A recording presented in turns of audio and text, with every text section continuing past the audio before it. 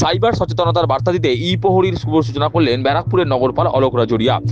স্যারকে আমি সসম্মান আমন্ত্রণ জানানোর জন্য মঞ্চে আসন গ্রহণ করার জন্য আমি সসম্মান আমন্ত্রণ জানাবো respected DCP Shri Soumananda Sarkar WPS মহাশয়কে, উপস্থিত রেসপেক্টেড एसीपी, सम्मानित deputy managing director of JIS group Sardar Amrik Singh ji, आपको भी आसन ग्रहण करने के लिए मैं अनुरोध करती हूँ। धन्यवाद सर,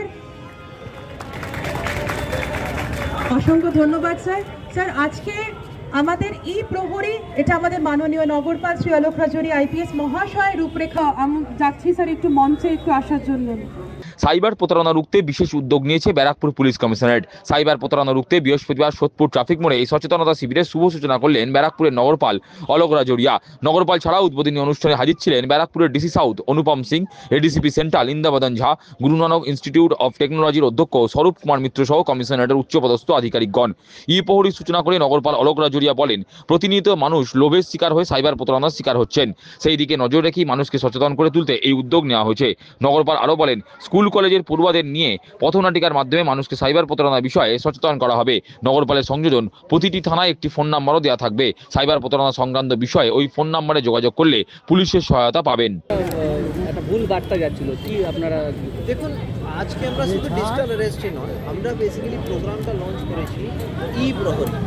ই প্রহরীর মাধ্যমে আমাদের প্রথম উদ্দেশ্য আছে আমরা স্কুল কলেজে যারা আর্টস অ্যান্ড ড্রামা করে সেই ছাত্রছাত্রীদেরকে নিয়ে আমরা ভিন্ন ভিন্ন স্থানে এই ধরনের নুক্কড় নাটকের মাধ্যমে কীভাবে সাইবার ফ্রড হচ্ছে, তার মধ্যে ডিজিটাল অ্যারেস্টটা আছে, এখন নতুন চলছে, সেই সবগুলো মানুষের সামনে তুলে ধরবো।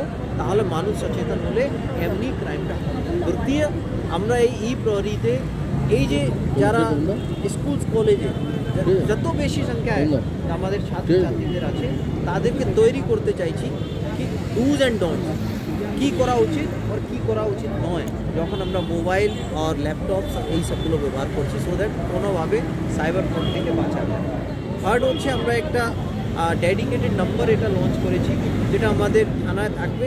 এই নম্বরে ধরুন কোনো লোকটি এই ধরনের কোনো কল রিসিভ করেছে, কোনো মেসেজ রিসিভ করেছে যেখানে বলছে কি না এটাকে আপনি এর উপরে টিপলে আপনি এই কাজটা করুন, তো করা উচিত কি না উচিত, আমি ফেসে যাব না। তো কেউ বলেছে কি না তোমাকে ডিজিটাল অ্যারেস্ট করে নেওয়া হয়েছে, তোমার নম্বরটা এইভাবে ইউজ হয়েছে, তাহলে কি এটা সঠিক না এটা ভুল, এই জিনিসটা ওই নম্বরে কল করে ওরা জানতে পারবে। আপনাদেরকে রিকোয়েস্ট করবো এই নম্বরটাকে আপনারা যতটা বেশি একটু পাবলিসাইজ করবেন।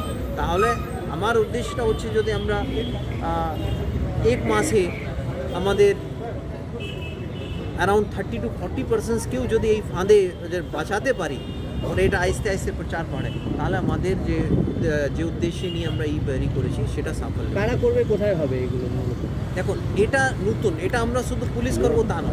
এই ই প্রহরী বেসিক্যালি আমরা যারা স্কুল কলেজে নাট্য হয় না, যেটা আর্টস যারা নয়, যেটা নাটক করে তাদেরকে সঙ্গে নিয়ে করছি, তাহলে ওদের ট্যালেন্টসটাকেও আমরা কাজে লাগাতে পারবো।